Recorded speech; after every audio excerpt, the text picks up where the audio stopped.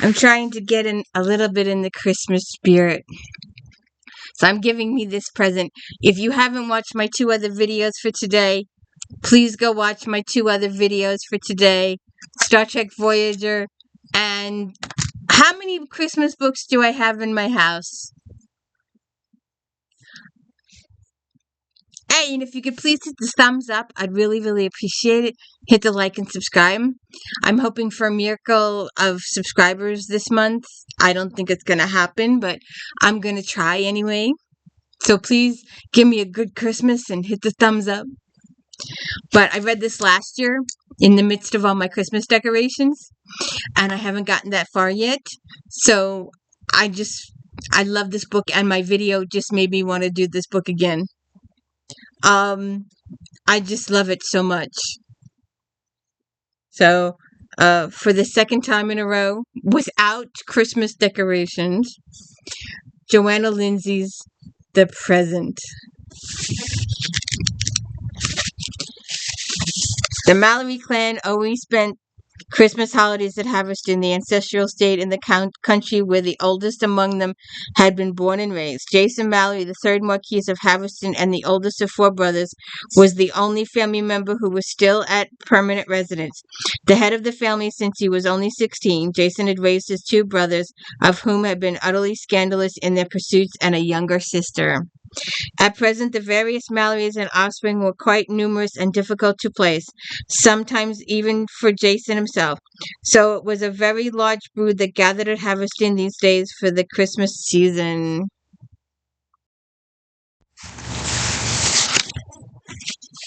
At present, the various Mallorys and offspring were quite numerous and difficult to place, sometimes even for Jason himself. So it was a very large brood.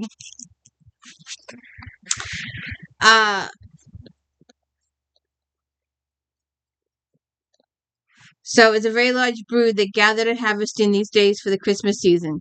Jason's only son and heir, Derek, was the first to arrive more than a week before Christmas. With him came his wife, Kelsey, and Jason's first 2 blonde and green-eyed grandchildren. Anthony, his younger brother, was the next to arrive only a few days after Derek.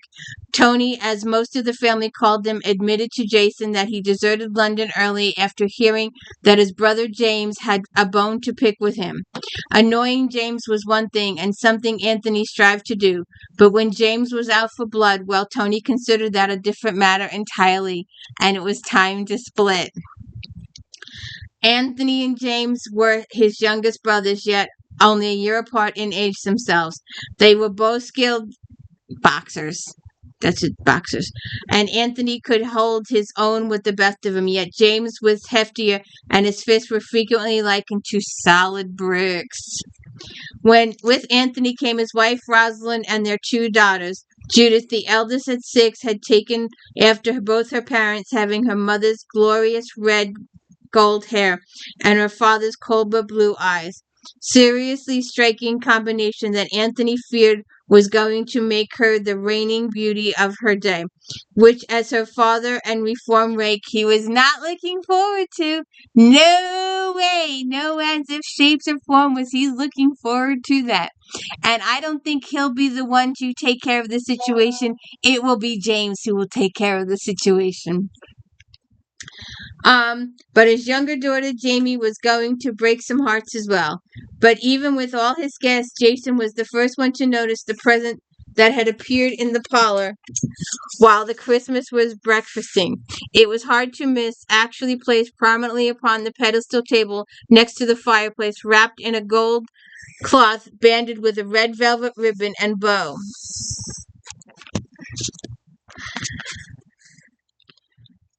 It was oddly shaped, nearly like the size of a thick book, yet a round protrusion on top suggested it was nothing that simple. Poking a finger at it showed that the protrusion could move, not very much, as he found out when he tilted the present sideways, and it didn't change position. Strange yet stranger still was that there was no indication of whom the present was for. No card with it. No card with that present at all. A bit early to be passing out Christmas gifts, ain't it? Anthony remarked as he sauntered into the room to find Jason holding the present. The Christmas tree ain't even been brought in yet. That was my thought as well, since I didn't put it here, Jason replied. No, then who? I've no idea. Who's it for? No idea. No card? None. I just found it here on this pedestal, he said, and put it back. Anthony picked up the present as well to poke at it a bit. Someone sure dressed it up fancy. I'll wager it will fascinate the children, at least until we find out what it is. You know, one of those where you get it and you shake the box? You just gotta shake the box to see what's in it? As it happened, it fascinated the adults as well. In the following days, since none of the family owned up to having put it there, the present created a sensation. Just about all of the adults poked, shook, and otherwise examined it, yet no one could figure out what it might be or whom it was for. What's in the box? What's in the box? And speaking of boxes, have you checked out my Sundays? I don't know what's in those boxes. I do not know what's in those boxes. I do not know what's being delivered until I open the boxes. Anybody else on YouTube who makes like they don't know what's in the box, they're lying their butts off. Because either they ordered it or someone sent it to them as a gift and it was on their wish list. It is something they want. I don't want these books. They get delivered to me. And the fun is opening it up and seeing what's in them. And then we divvy them up for the different charities, and off they go. Most of these books are out of my house within 72 hours. Some last a little longer, depending on what's going on in the house, what the weather is. But we do a quick turnaround with these books. I got no room. And I'm currently trying to figure out, and it may happen, I'm trying to decide if I should put a second shelf up there or not. It needs to be big enough for a hardcover, under and over. So I'm thinking about it. And we will talk about that during the fee hand situation. Because we're going to go, I want to take inventory of my fee hands, and I'm going to ask everybody to help. So then those having arrived so far were gathered in the parlor the night when Amy walked in holding one of her twins. Don't ask why we're late. You wouldn't believe it, she said. First, the wheel on the coach fell off. Then, not a mile down the road, one of the horses lost not one but two of his shoes. After we finally get that all taken care of and we're almost here, the bloody axle broke. I thought surely Warren was going to kill that poor coach by then. He certainly kicked it enough. If I didn't wager to him that we would arrive here today, I don't think we would have. But you know I never lose a wager. By the by, Uncle Jason, what's an unmarked grave doing in that lovely clearing east of here? The one close to the road that runs through your property. We ended up walking through it to get here since it was the shortest route by the point to just head across the clearing. No one said a word at first, still bemused after that long dissertation. But then Derek said, remember that grave myself now that you mentioned it, Cousin Reggie? And I came across it when we were young and scatting about the estate. I always meant to ask you about it, Father, just never got around to it. They were all looking toward Jason by then, but he merely shrugged his shoulders. Devil if I know who was laid to rest there. That grave has been there since before I was born. Asked my father about it once, as I recall, but he put off answering. Hemmed and hawed so much, actually, that I figured he didn't know, so I didn't ask again. Judith, who had been standing next to the pedestal staring at the mysterious present, came over to her cousin Amy and held up her arms to take the 2-year-old twin from her. Judy was tall for her age and very good with the toddlers. Amy was so surprised that she got no greeting and said so. Where's my hug, puss? Anthony rolled his eyes but explained. She's pouting 'cause Jack ain't here yet. Jack was James and Georgina's oldest daughter. Everyone knew that Jack and Judy, who were only months apart in age, were inseparable when they were together, and they were so fond of each other that their parents made sure they were often together, especially when neither was very happy when they were separated for very long.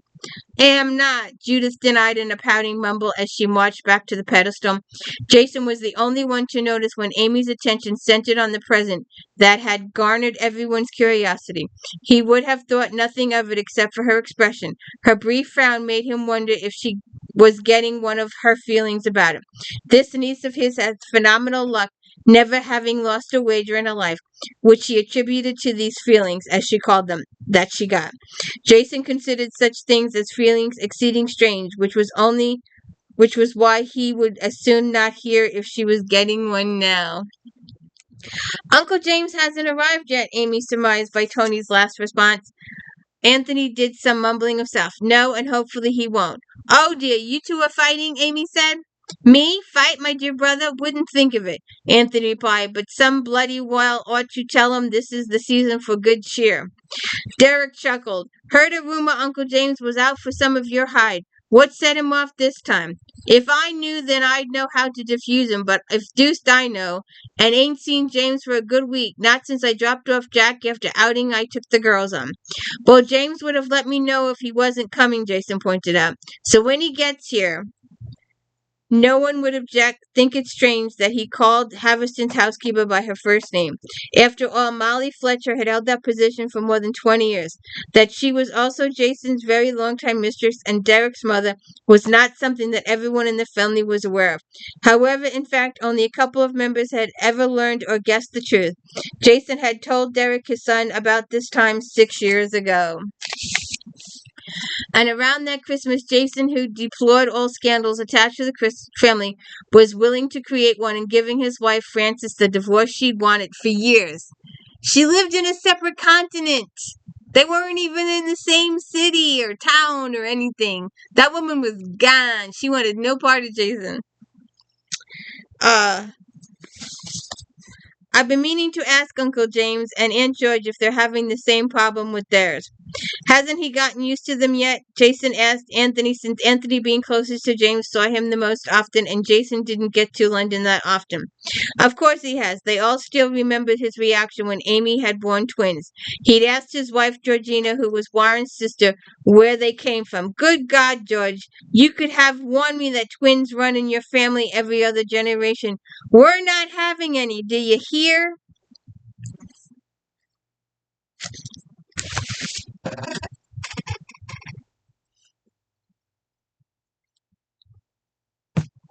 Ow. Guess who came back? Yes, the Mallorys. Georgina had been pregnant again herself at the time and had given birth to just that, twin boys. As the housekeeper, Molly usually wasn't present when the Mallorys dined, but today she was supervising a new maid who was serving for the first time. By long practice, she managed to keep her eyes away from Jason's face, sitting at the head of the table. It wasn't that she thought she might give herself away if she was caught staring at him, though she supposed that was a distinct possibility. Sometimes she simply couldn't keep her feelings from showing, and she had a lot of feelings where Jason Mallory was concerned. The whole family knows, but nobody's telling each other that they know. And the family has no problem with her being his mistress. And they're so worried about protocol and the ton getting worried and all that kind of stuff. Keeping their relationship a secret had always been important to her. She wasn't gentry after all, and she loved Jason too much to cause him embarrassment. And it bothered her. It didn't bother him. It bothered her. And she was the reason that she maintained her housekeeping persona in the house. But everybody knows. He instead married an earl's daughter just to give Derek and his niece Reggie a mother figure, which ended up a disastrous decision since his wife Frances had been anything but maternal. A pale, thin woman, Frances didn't want to marry Jason in the first place. She had been forced to it by her father. And like I said, she moved on. More arrived even as Molly had thought. Jason's niece Reggie and her husband Nicholas, along with their young son, appeared in the dining room before lunch was finished. Anthony perked up immediately. Reggie might have been his favorite niece, but that didn't save her husband Nicholas from was his favorite verbal punching bag, so to speak, without the presence of his brother James, whom he would just as soon trade barbs with. He'd been sorely missing a convenient target for his satire wit. Molly had just managed to refrain from rolling her eyes. She knew Jason's family as well as he did, since he shared everything with her, including all the family's secrets, foibles, and scandals. So she wasn't the least bit surprised to hear Anthony say to Nicholas as he took the seat across from him, "Good of you to show up, my dear boy. My teeth were getting a tad dull." "Old age starting to set in, isn't it?" Nick shot back with a smirk. Molly noticed the nudge Anthony's wife gave him before she said, "Remember it's Christmas and be nice for a change." Up went Anthony's black brow. "For a change? I'm always nice." "That's just nice, and then there's nice. The latter gets reserved for abounders like Eden is all." Molly sighed. As fond as she was of all of Jason's family, she had a soft spot for Nicholas Eden because he had befriended her son in the school days when Derek had to deal with his public illegitimacy. He and Derek had been close friends ever since, and typically Derek jumped in now to take Anthony's attention off Nick. "Reggie, you remember that grave we found in the East Clearing all those years ago?" Derek said. "As I recall, you were going to ask one of the gardeners about it. Did you ever get around to doing that?" Reggie gave him an owlish look. "Goodness, what made you think of that old grave? It's been so long since we found it, I've forgotten about it. Amy came across it last night and mentioned me father didn't even know who it belongs to." "What were you doing in the clearing last night?" "Don't ask," Amy mumbled. And Warren, obviously finding their catastrophe of the day before rather amusing, now said, "A little coach trouble." "A little," Amy said. "That coach is cursed, I tell you. Who did you say you brought it from, Warren? Because you were definitely swindled." "Don't worry about it, sweetheart. I'm sure the crew I sent over to dismantle it this morning will make use of the kindling." Amy nodded, then turned back to her cousin. "We ended up having to come across that clearing on foot last night. It surprised me to find a grave there so far from the family plot it's still on the property. Now that you mention it, surprised Derek and me too when we found it all those years ago," Reggie replied. "But no, Derek, I don't believe I ever did get around to asking the gardeners. It's far too from the gardeners after all. Figured whoever was tending it probably didn't live in Haverston, so it wouldn't do much good to ask around." "Unless one of the gardeners was specifically asked to tend it," Anthony pointed out. "Old John Marcus was ancient when I still lived here, and he worked at Haverston for as long as anyone could remember. If anyone might know about that grave, it would be him. Don't suppose he'd still be around, would he, Jason?" "Here at Haverston, no," Jason replied. "He retired about 15 years ago, but he's still alive last I heard, living with a daughter over in Haverstown." "Think I'll ride over and pay my respects to Mr. Marcus this afternoon," Derek said. "I'll go with you," Reggie said. "I've a few Christmas presents I still have to buy, so I was going to stop by Havers anyway." Warren shook his head in bemusement. "I don't understand all this morbid curiosity about an old grave. It's obviously not someone in the family, or the grave would be in the family crypt." "He doesn't know, does he?" I suppose you'd think nothing of it if someone got buried in your backyard and no one bothered to tell you who it was or why they picked your backyard," Anthony asked. "Perfectly normal occurrence in America, is it, Yank?" "I would imagine someone was asked and did know at the time," Warren said, "or the grave would probably have been removed to a proper location at that time. And it seems pretty obvious that the grave is older than any of you, since none of you know when it got there or who's in it. Uh, at least her name should be added to the stone marker that merely says she rests." "Think I'll join you as well for the jaunt to Havers," Amy said. "I was going to help Molly fetch the rest of the Christmas decorations from the attic this afternoon, but that can wait until tonight." Molly was sure she'd learn later whatever they found out in Haverstown, but right now she really couldn't care less. With her cheeks still heated, she slipped out of the room unnoticed, and it was already going through her mind what she was going to say to Jason when she got him alone tonight. As it happened, the trip to Haverstown turned out to be utterly unsatisfactory. John Marcus was indeed still living at the advanced age of 96. He was bedridden, yet his mind was quite lively for his age, and induced recall the grave. "I tended that grave for nigh on 68 years," John said. Goodness, that's a long time even you were born, Uncle Jason. Since I was a lad of 13 myself, turned the task over to my nephew when I retired 15 years ago. Wouldn't trust anyone else to do it proper. He ain't been slacking, has he? No, of course not, Jason assured him. We just want to know who's in the grave. We're delighted to have found someone who knows about the grave, Mr. Marcus Regis told him. It's been a point of curiosity for all of us to know who's buried in there. Who? Well, now, I don't rightly know that. Then why did you keep care of it all those years? Because she asked me to. She? Why, your grandma, Lord Jason, wasn't anything I suppose wouldn't have done for that kind lady. Everyone at Heatherston felt that way. She was well loved, your grandma. Was not like your grandpa, or at least not as he was regarded when he was young. I beg your pardon? No disrespect indeed, my lord, but the first Marquis, he was a stiff one, though no different from any other aristocrats of his day. He was given Haverston by the crown, but he had little care for it or its people. He preferred London and came only once a year for accounting by his estate agent, who was an arrogant coxcomb that ruled Haverston like a tyrant when the Marquis wasn't here. A rather harsh testament against a man who can't defend himself, Jason said.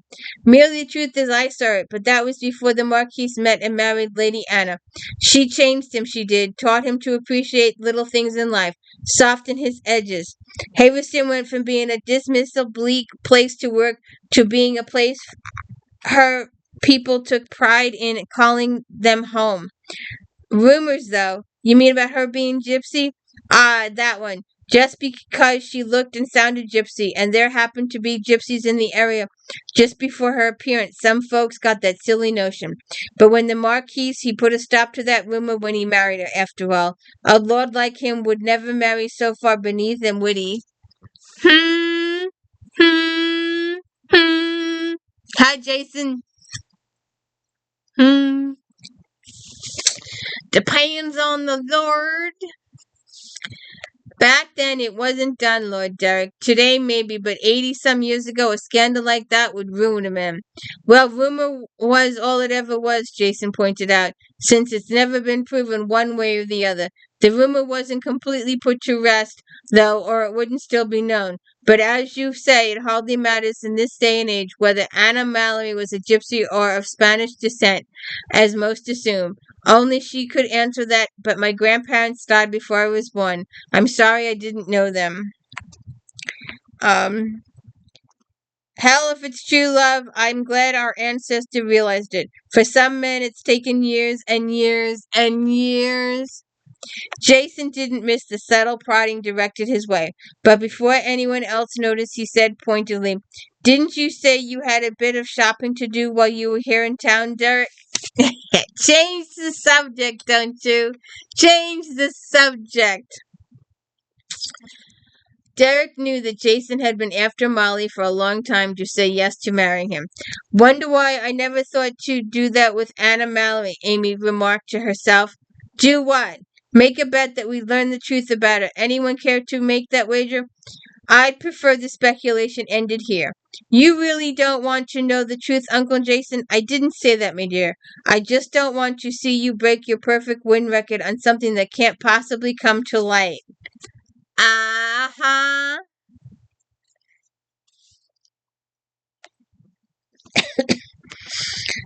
Nonetheless, she was delighted to see he had arrived at last, even at the late hour, and offered cheery "Merry Christmas," to which he bloodily cut her off with a very bloody hell it is, though he did halt his progress to offer a brief smile, adding, Good to see you, Molly. Where's that worthless brother of mine?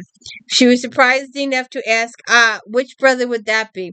When she knew very well he would never refer to Edward or Jason, whom the two younger brothers termed the elders in that way. When Jason shared everything with her about his family, so she knew them as well as he did. The infants, please. She winced at his tone, though, as well as his expression, which had reverted to deadly menace at the mention of the infant. Big, blond, and handsome James Malley was just like his elder brother, and rarely did anyone actually see him looking angry. When James was annoyed with someone, he usually very calmly ripped the person to shreds with his devilish whip and by inscrutable expression. The victim had absolutely no warning such pointed barbs would be headed his way. The infant, or rather Anthony, as James heard James' voice, and unfortunately stuck his head around the parlor to determine James' mood, which wasn't hard to misinterpret with the baleful glare that came his way. "Oh dear," Molly said. "Infants hiding behind infants. How apropos." "It is, isn't it?" Anthony grinned. "Least it works." James was not amused and barked, "Put down my niece. Wouldn't think of it, old man. Least not until I find out why you want to murder me." Anthony's wife, Rosalind, bent over one of the twins. Didn't turn about to say, "Excuse me, there'll be no murdering in front of the children." Ask yourself what would happen when Jack, out of the blue, mutters bloody everlasting hell within her mother's hearing. Then ask yourself what would happen when George asked her daughter where she heard such a phrase. Then imagine what would happen when Jack, unaware that she had just shocked her mother, pipes up that Uncle Tony took Judy and her to Knighton's Hall. Finally, imagine George hunting me down to demand why I let you take our daughters to that strictly male establishment where blood flies freely in the ring, where gamblers swear most foully when they lose their wagers on contenders who get too bloody, where every kind of topic unsuitable for 6-year-olds gets discussed. Then picture George not believing me when I tell her that I didn't know you would be that irresponsible. She blamed me for letting you take them there, and since I didn't even know you were taking them there, guess who I'm blaming? Huh? Who am I blaming? Oh, man, I cannot believe what I just heard. You did? You actually took Judy and Jack to Knighton's of all places? You didn't know how damaging that would be to impressionable young girls? Anthony winced and tried quickly to explain. "It wasn't like that, Ross. Really, it wasn't. I was taking the girls to the park. I stopped by Knighton's just to run in quickly to have a word with Amherst. You asked me to invite him and Francis to dinner, and I knew he'd be at Knighton's Hall at the time of day. How was I supposed to guess the girls would sneak out of the carriage and follow me in?" "Well, you dumbass, of course they'd follow you in."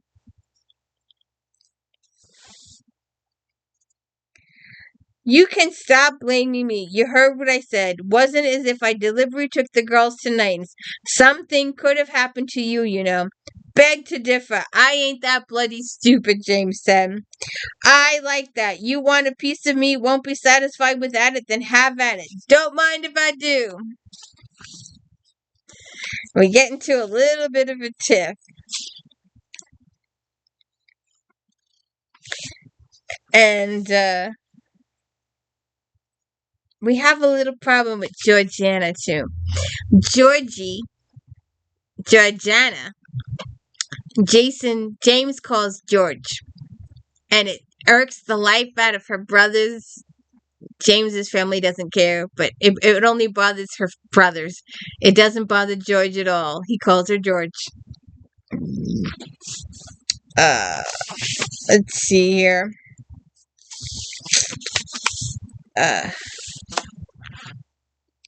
Let's see. "You would," Anthony replied in disgust. "You always did enjoy provoking his rages." James grinned unrepentantly. "I did, didn't I? Well, what can I say? The elder is so amusing when he flies through the roof." "Well, then, let's make sure all his flying is directed at you, shall we?" Anthony retorted and opened the door to Jason's study, beginning to immediately place blame where it was due.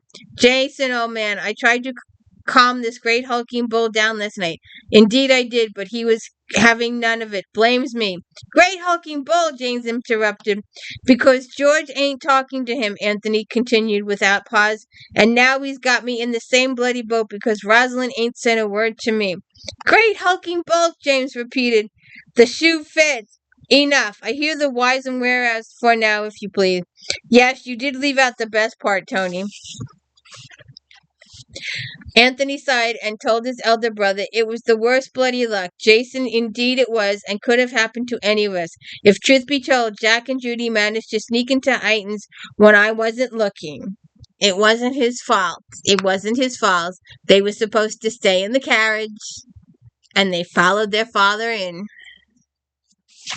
And now all the women are pissed.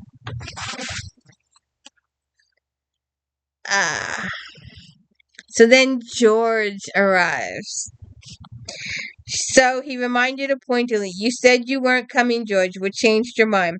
She didn't answer immediately, since a footman followed them through into the room with one of her trunks, which she moved to start unpacking. James, hearing another one coming down the hall, promptly closed the door and leaned back against it, figuring the servant could get the message that sent his delivery could wait. And she gives him the silent treatment for a while. And James is really, really worried for a couple of chapters. Later in the afternoon, Edward, the second oldest of the four Mallory brothers, arrived with the rest of his family. It was when Edward was being filled in by Reggie about what they discovered concerning the mysterious grave on the property that Amy got the feeling that the present was not just a present. She felt that it was much more important than a mere gift, that it was actually somehow related to the mystery that was Anna Mallory, and the feeling wouldn't go away once it took root. It was so strong that she made the decision to open the gift that very night. She was just undecided about waiting until Warren fell asleep or confiding in him. The fact that he didn't seem to be in the least bit tired, even after some vigorous lovemaking, settled the matter. Still held in his arms with his hands idly caressing her, "I'm going downstairs and open the present tonight." "Of course you aren't," he said. "You'll enjoy the surprise and wait until Christmas like the rest of us." "I wish I could, Warren, I really do. But I know it will drive me crazy, especially after I made the bet with Jeremy that we would find out about our great-grandmother before the end of the year. And Jason expressly forbade it. He didn't expressly forbid it, and besides, it's too late to take back. And what has this to do with the present?" We have to open the present to find out what's going on with it. So we're just going to skip along, and she's going to go down. "Scamp, close the door while you're at it." He started to, but stepped out of the way instead as Reggie sauntered in, barefoot and still in the process of tying her up. When everyone else there just stared at her, she huffed indignantly, "I did not come down here to open the present. Well, maybe I did, but I would have chickened out before actually doing it." "What a whopper, Reggie," Derek said as he came right behind her. "Nice try. Mind if I borrow the same lame excuse?" And Kelsey, close on his heels, said, "You amaze me, Derek. You said we'd be lucky if we were the first one to open it. And goodness, couldn't you have been more right?" "Not at all, my dear," he grinned. "Just know my cousins well." He did indeed, because next to arrive were Amy's brothers, Travis and Marshall, shoving their way through the door, or trying to at the same. So all the Mallorys come down, one by one by one. They come down, and they open the package, and it's got a padlock. They open the package, it's a journal, and it's got a padlock.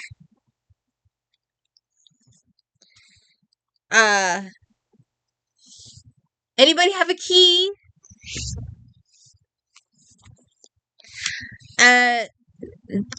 Attached key would have been too simple, I suppose, Reggie sighed. "The leather was cut to shape around it. It can be cut to unwrap it," Derek pointed out. "So it can," James agreed, and reached down to lift a very sharp-looking dagger out of his boot. That, of course, had Anthony raising a brow at him, which he replied with a shrug. "Old habits hard to break." "Quite. So you did hunt some of more disreputable waterfront establishments in your day, didn't you? Are we going do the laundry now, or getting inside that box?" "The box, of course, old man. Do slice away." So they cut it open, and they read the letter. And this is where I'm going to stop with you, because you can read the story, the rest of it, for yourself. But I will stop you here. "To our children and their children, and so forth. This record we leave to you may be a surprise, or it may not be. It's not something we talk of other than in private, nor have we ever told our son, and we are not assured of having more children that we may or may not speak of it. Know that it was not an easy task getting my husband to agree to add his thoughts to this record, because he feels he does not express himself well with the written word. In the end, I had to promise him that I would not read his portion, so he would be free to include his feelings and perspectives that I might not agree with or might tease him about. He made me the same promise when we finished this record. We did securely lock it and throw away the key. So we leave this written record to you to be read at your leisure and with your own imagination lending it life. Though when you do read it, it will most likely be when we are no longer with you to be questioned about your motives and less than honest dealings with the people who would do us harm. I give you fair warning if you have been led to believe that we are individuals that could do no wrong, then read no farther. We are human after all, with all the faults, passions, and mistakes that humans are known for. Judge us not, but perhaps learn from our mistakes. Anastasia Mallory. Amy's chest was beaming widely as she held the journal to her chest. She'd been right, and she wanted to start reading this unexpected gift from her great-grandparents immediately, but the others were still discussing the letter. Anastasia, Anthony said. Can't say I've ever heard my grandmother called that before. It's not exactly an English name, is it, whereas Anna is? An obvious effort to conceal the truth if you ask me. But what truth? Derek said. Anastasia could be a Spanish name. Or not, Travis put in. Marshall said, no need to speculate at this point when we'll be reading the truth for ourselves. So who gets to read it first? Amy does, of course, Derek says. It might have been shown up before she made the bet with Jeremy, but it's related as far as I'm concerned. Though I'd still like to know who found it and wrapped it under a Christmas gift rather than just give it to me father. It's likely been in this house all these years with no one aware of it, Reggie said. I'll buy that, Derek said. Hell, this house is so big, the places in it even I haven't looked, and I was raised here. A lot of us were born and raised here, dear boy, Anthony mentioned. But you're right, not everything gets investigated. When you were young depends on what you find interesting, I suppose. Amy couldn't stand the suspense anymore and offered at this point, I'm willing to read it out loud if some of you want to stay to hear it. I'm game for a chapter or two at least, Marshall said, and found himself a seat to get comfortable. As thick as the journal is, it may take right up to Christmas Day to get it all read, Warren said, as he sat on one of the couches and patted the spot next to him for Amy to settle in. Lucky then we opened it ahead of time, Jeremy grinned. Can't very well get to sleep now, not after that. Judge us not, but perhaps learn from our mistakes. James said, too bloody intriguing. That we should wake the elders first, though. I agree. You wake them while I find us another bottle of brandy. I get the feeling it's going to be a long, bloody night.